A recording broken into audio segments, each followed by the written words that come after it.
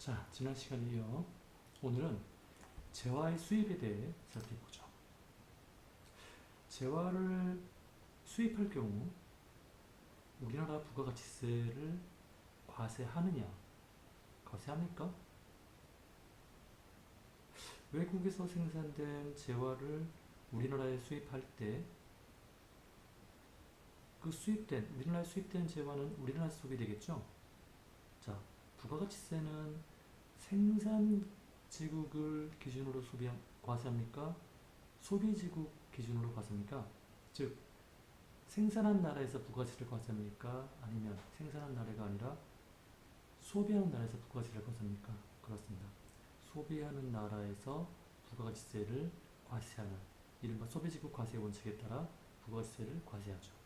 그렇다면 다른 나라에서 외국에서 생산된 재화를 우리나라로 수입할 경우 그 재화에 대해선 우리나라 부가가치세를 물려하며 외국에서 수출할 때 그 외국에서는 명세율을 적용해서 부가가치세를 완전 면세시킨 다음에 우리나라에 수출을 하겠죠. 물론 전제는요, 그 외국과 우리나라 간에 부가가치세와 관련해서 상호조약을 맺고 있다는 걸 전제로 합니다. 자, 그러면 계속해서 얘기를 해가보죠. 자, 삼성전자가 갤럭시 노트폰을 미국과 한국에서 각각 생산한다고 합시다. 삼성전자가 갤럭시 노트폰을 미국 아마존에도 그리고 한국 하이마트에도 공급가액 기준 100만원에 공급한다고 가정해봅시다. 자, 일단 미국 아마존에 공급하는 갤럭시 노트는 미국에서 생산한 제품일 거고요. 한국 하이마트에 공급하는 제품은 한국에서 생산된 갤럭시 노트일 겁니다. 자, 그런데요. 미국은 부가가치세율이 8%, 한국은 부가가치세율이 10%입니다. 자, 그렇다면 삼성전자 갤럭시 노트폰의 미국 기준 공급 대가는 공급가액 100만원에 8%가 더 붙여져서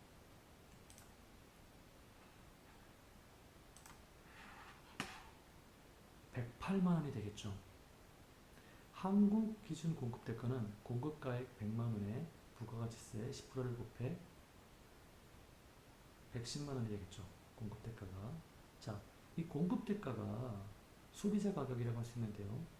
자, 아마존에서 108만원에 구입한 갤럭시 노트폰을 한국에서 소비한다고 가정해볼까요? 이런 경우 가능합니까? 가능하죠. 요즘 뭐 아마존에서 직구도 하고 많이 하죠. 자, 만약에 텍스 리펀드가 없다는 가정을 하면, 자, 미국 부가가치세 8만원이 더 붙여진 108만원을 아마존 직구로 구입하는 사람과, 그 다음에 똑같은 제품인데 한국에서 생산한, 그래서 한국 하이마트에서 구입한, 얼마에 구입할 수 있어요? 110만원을 구입할 수 있는 것이죠. 자, 그럼 똑같은 삼성 갤럭시 노트인데 생산한 나라에서 부가세를 부여할 경우 미국 아마존에서 직구한 제품은 108만원에 구입한 셈이고 한국 하이마트에서 구입한 노트폰은 110만원을 구입하게 되는 거예요. 110만원을 구입하게 되는 것이죠. 2만원 차이가 나죠. 같은 제품인데 가격 불평등이 생기는 것이죠. 이걸 가격 왜곡이라고 하는데요. 자, 이게 바로 생산지구 과세 원칙을 할 경우 이런 문제가 생깁니다. 어떻게 해결할 수 있을까요? 앞에서 이미 배웠습니다. 부가가치세를 생산지국에서 과세하는 것이 아니라 소비지국에서 과세하는 것이죠. 한국에서 사용할 목적으로 미국에서 생산된 갤럭시 노트폰에는 부가가치세 8%, 즉 미국 부가가치세를 적용하는 것이 아니고, 즉 미국에서 한국으로 건너올 때는 명세율을 적용해서 부가가치세를 완전 면제시킨 다음에, 그죠? 한국으로 수출하고, 자, 한국에서 수입하는 시점에 한국의 부가가치세율 10%를 적용하면 되는 것이죠. 이게 바로 뭡니까? 소비지국 과세 원칙을 적용한 것이죠. 자, 이렇게 된다면 미국에서 생산되든 한국에서 생산되든 한국의 소비자는 동일 제품에 대해 동일한 공급 대가, 즉 소비자 가격으로 갤럭시 노트를 구입하게 되어 가격 불평등은 차단될 것이죠. 일물일가의 원칙에 부합하죠. 그러니까 하나의 물건에 대해 하나의 가격이 그쵸? 형성되어야 하는 게 일물일가의 원칙이에요. 경제학에 나오는 아주 고급 개념입니다. 자, 미국에서 한국으로 수출되는 갤럭시 노트의 8%가 아닌 0%의 서율을 적용하는 것이 바로 영세율을 적용하는 것이며, 이 영세율이 적용된 갤럭시 노트가 한국으로 수입되는 시점에 한국의 부가가치세율 10%를 적용하여 가수하면 되겠죠. 소비지국가세 원칙. 자, 그럼 수입재화에 대해 어떤 방식으로 부가가치세를 과세하는 것인지 그 메커니즘을 배워보기로 하죠. 부가가치세법상 부가가치세를 신고 납부할 의무가 있는 자는 공급자인 사업자라는 걸 우리가 앞에서 배웠죠. 수입재화에 대해 우리나라 부가가치세율 10%를 적용해서 과세해야 가격 불평등 또는 가격 왜곡이 차단되죠. 일물일가의 원칙이 성립되는 것이죠. 그런데 저 소비지국 원칙에 따라서요. 여기까지 배웠어요. 근데 문제가 있죠. 수입 재화의 실제 공급자는 외국에 있을 것입니다. 자, 앞에서 배웠지만 부가가치세는 재화의 공급자가 신고 납부하는 구조죠. 재화의 공급자가 세금계산서도 발행하죠. 자, 그러면 이 외국에 거주하는 수입 재화의 실제 공급자에게 야, 너 우리나라 부가가치세 신고 납부 의무를 져야 돼. 이행해.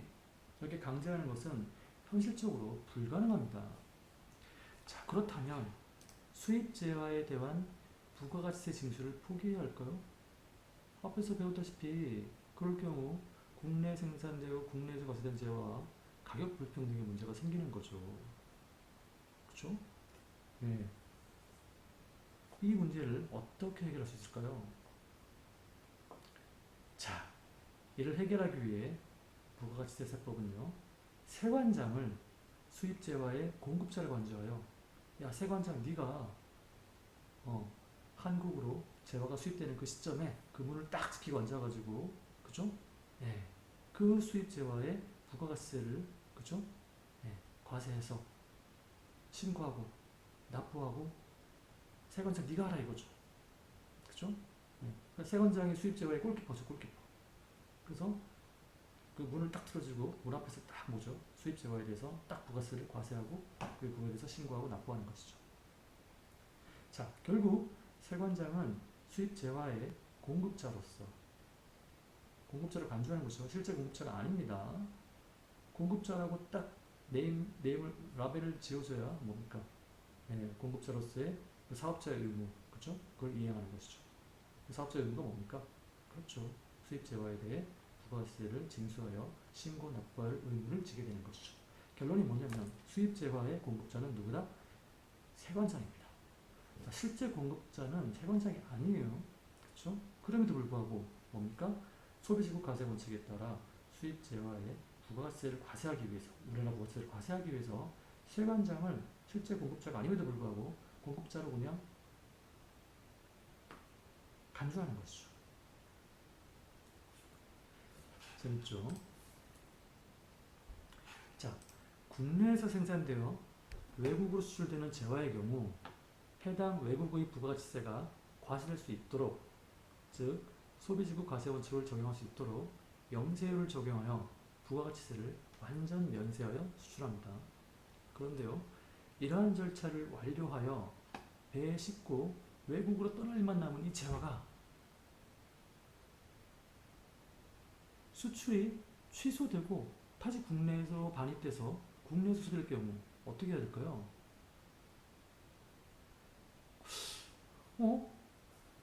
수출한다는 가정하에 완전 면제를 시켰는데 그 부가가치세가 완전히 벗겨진, 완전히 면제된 그 재화가 수출이 취소되어 다시 국내로 유입되어 국내 소비될 경우, 다른 동일한 제품의 경우에는 뭡니까? 부가가치세가 칼같이 매겼겠죠. 자, 이것도 그럼 뭡니까? 이걸 내비두면 수출을 된다고 해서 부가가치세를 완전 면제시켰는데 다시 수출이 취소되어서 국내로 반입되어서 될 경우 그냥 내비두면 그렇죠. 동일 제품에 대해 뭡니까? 어떤 거 부가세가 부여되고 어떤 거 부가세가 부과 안 되는 그죠? 가격 불평등, 가격 왜곡이 발생하는 것이죠. 일물 일가의 원칙에 어긋나죠. 그렇죠? 예. 자, 이런 거에 대해서 어떻게 될까요? 또 그렇습니다. 수출이 취소되어 그죠? 예. 국내에서 반입되는 시점을 특정해서 우리나라 부가세를 과세하는 것이죠.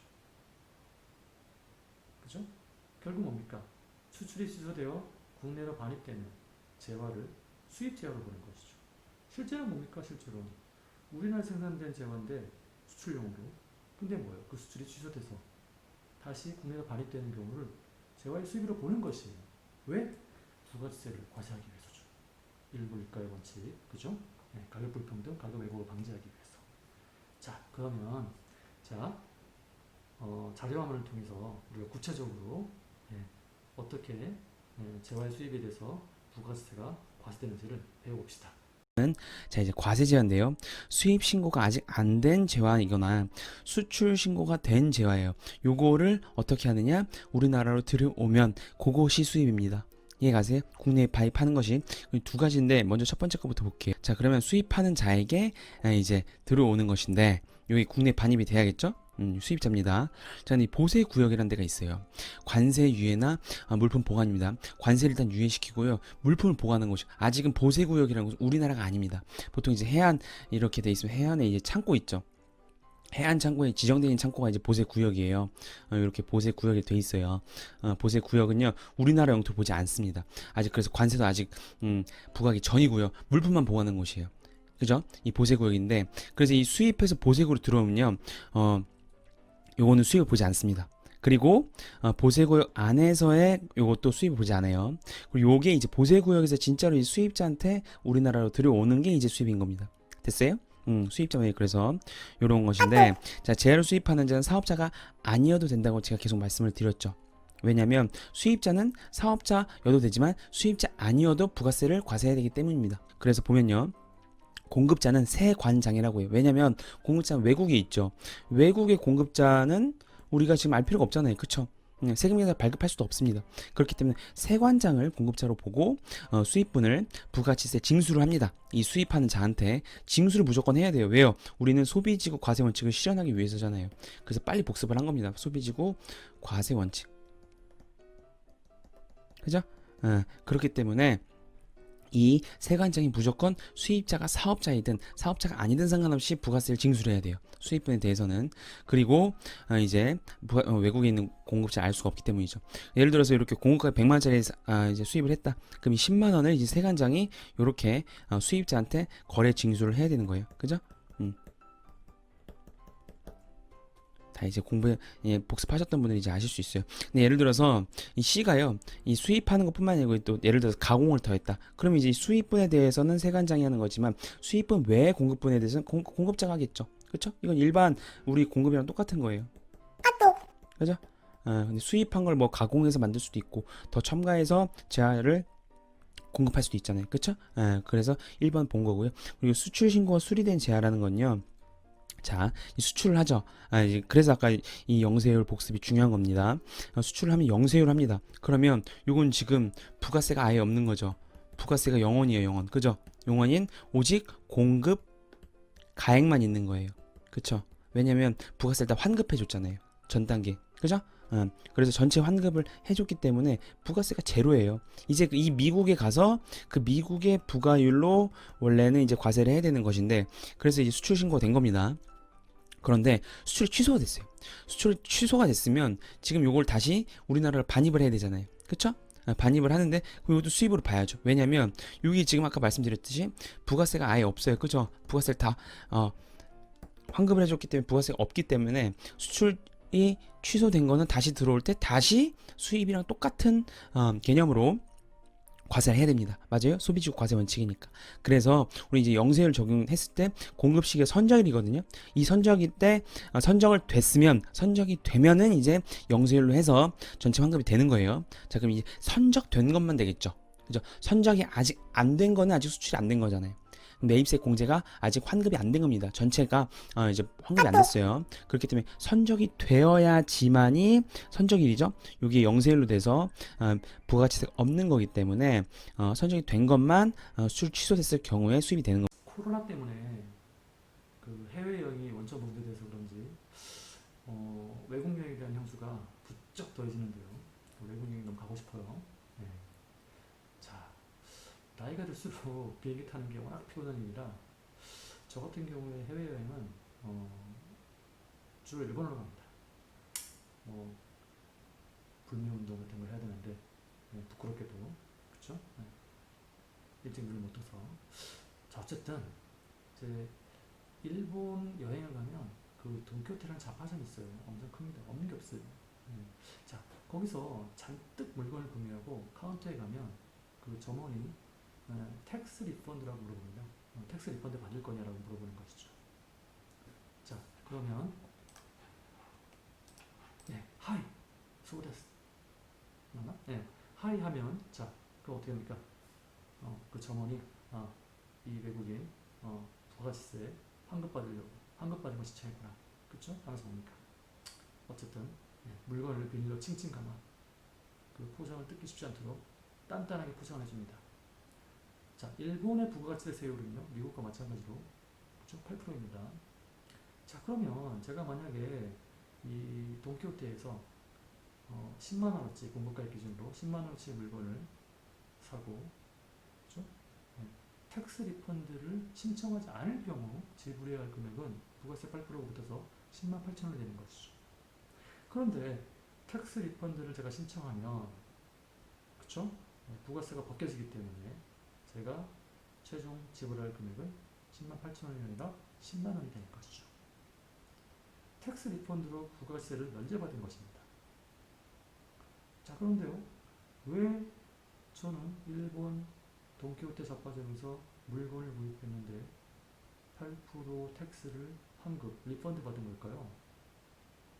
자, 그리고 또 궁금한 건 왜 텍스 리펀드를 받지 않는 것에 비해 텍스 리펀드를 받을 경우 완전 밀봉 수준의 포장을 해서 주는 것일까요? 답은 뭘까요? 8자입니다. 그렇죠. 소비지구 과세 원칙 때문입니다. 돈키호테 매장이 8%의 텍스를 리펀드 해준 것은요, 즉 환급해 준 것은요, 해당 물건이 일본이 아니라 한국에서 소비될 것이라 가정하고 이 외국인이 구입한 그죠? 그 물건에 대해서 일본의 부가가치세, 즉 텍스를 벗겨준 거예요. 면제해 준 거예요. 왜? 일본에서 생산된 그 제품을 일본에서 과세하는 게 아니라 어디에서? 그쵸? 이 외국인이 한국으로 가져가서 그쵸? 한국의 소비될 것을 가정하고 한국의 부가세를 적용받게 하기 위해서 일본의 부가세를 벗겨준 거죠. 자, 그리고 자, 소비지구 과세 원칙에 따라 일본에서 구입했지만 이 재화는 뭐예요? 한국에서 소비될 걸 가정하고 벗겨준 거죠. 일본의 부가세를. 따라서 뭡니까? 한국에서 소비돼야 돼요. 그러니까 뭐예요? 이거 일본이 아니라 뭐 한국에서 소비하는 뜻에서 그렇죠? 한국에 가져가서 소비해라. 그래서 일본에서 쉽게 뜯지 못하게 그게 포장해 놓는 거예요. 물론 뭐 여러분도 그렇고 저도 그렇고 그 포장 조금 몰래 뜯어가지고 적당히 씁니다. 그렇죠? 자, 원칙적으로는 즉 소비지구 과세 원칙에 따라 뭡니까? 환급받은 텍스 다시 토해내야 돼요. 왜? 일본에 소비했잖아요. 그렇죠? 원래 그렇게 해야 되는데요. 그렇죠? 양심적인 사람 어떻게 돼요? 돈키호테 가서 저 소비지구 과세 원칙에 따라 제가 구입할 때는 한국에서 소비할 줄 알고 텍스 리펀드 시청했는데요. 제가 일본에 써버렸네요. 소비지구 과세 원칙을 위배했네요. 제가. 그쵸? 그래서 뭡니까? 텍스 리펀드 받은 거 다시 돌려드릴게요. 그렇게 안 하죠. 그쵸? 원래 이 업무를 그쵸? 즉 일본에서 구입한 그래서 텍스 리펀드를 받은 재화에 대해서 한국에 가서 쓰는 게 아니라 그냥 일본에서 써버릴 경우 텍스 리펀드 받은 거 토해내야 돼요. 자, 원래 이걸 어디서 해야 되냐면요. 공항에서 합니다. 공항 수도까지 해서. 여러분 혹시 일본에서 건너올 때 그 영수증 같은 거 이렇게 내라고 하잖아요. 그쵸? 그게 일종의 크로스 체크하려고 하는 건데 그거 어떻게 합니까? 세관 명령도 있었는데 진검사에 뭐 짐에 저기 뭐 독약 있는지 뭐 폭탄 있는지 그거 검사를 했는데 그쵸? 그래서 텍스 리펀드 받은 거 소비지구 가세 원칙 따져가지고 일본에서 소비했냐 아니냐 따지기가 불가능한 거예요. 그냥 넘어가고 마는 것이죠. 이해가시죠? 네. 외국 여행 가서 텍스 리펀드를 받는 이유는요. 그리고 왜 꽁꽁 포장을 해주는지. 그렇죠. 소비지구 가세 원칙 때문이었습니다.